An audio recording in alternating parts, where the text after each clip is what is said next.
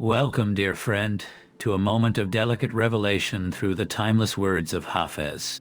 Tonight, we step gently into the world of longing and devotion, bathed in the warm glow of a heart aflame with love's fierce yet tender light. Imagine now a ruby, rich and glowing, as if quenched by a thirsty blood.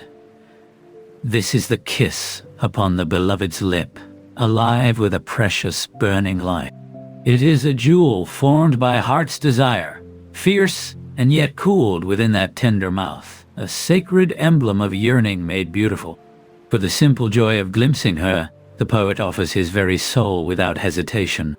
Life itself is given gladly, a ransom paid just to catch sight of those eyes, a sweetness found in fearless sacrifice, where every breath is a gift to love. And yet, there is a gentle reproach aimed at those dark eyes and their long lashes. Shame rests not in the gaze, but in turning away from it. For this look holds an enchanting power that quietly commands us to stay, to be held captive in its spell. Those who have seen such heart-thieving beauty, and yet refuse to believe in this love, how false they seem, how blind to the deep truth that lies in shared devotion. It is an ache born of unspoken connection, a longing for souls to recognize one another in the silent language of passion. The poet calls to the caravans, pleading that they do not pitch their tents at the gate where the village's heart resides.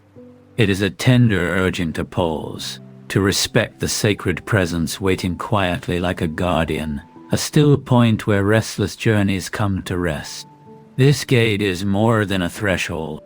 It is the very highway to the beloved's home, the path that leads us straight into the heart of longing itself. Every step forward is bathed in reverence, a sacred passage toward a place where love lives and breathes deeply. In this world, the poet is a servant to his own fate, standing humbled amid a drought of loyalty, a desert of faithfulness where true devotion is painfully rare. Yet, there is no bitterness, only a quiet acceptance of destiny's hand, tender and resigned. Into this arid landscape comes the wild, intoxicating love of the spirited gypsy, whose passion claims the poet's soul utterly. It is a fierce, beautiful possession, a love drunken with freedom and movement, swaying and alive, daring and true. The senses awaken fully, with the drum of floral fragrance and the cloud of smoky hair, a symphony of scent and shadow, rhythms and waves that wrap the beloved in irresistible allure. Here, sound and scent meld into a dance that stirs the heart's deepest corners. Within this richness, even a single breath of the poet's own essence carries grace, a gentle gift that spreads quietly yet profoundly. The fragrance of being, soft and sure, touches the world with a sweetness felt rather than spoken, a tender presence without need for grand display. And so comes a humble plea to the gardener: do not chase me away like a passing breeze from your door. The breeze, soft and fleeting, asks only to be welcomed, to linger without cold rejection, to be allowed its gentle wanderings with grace and kindness.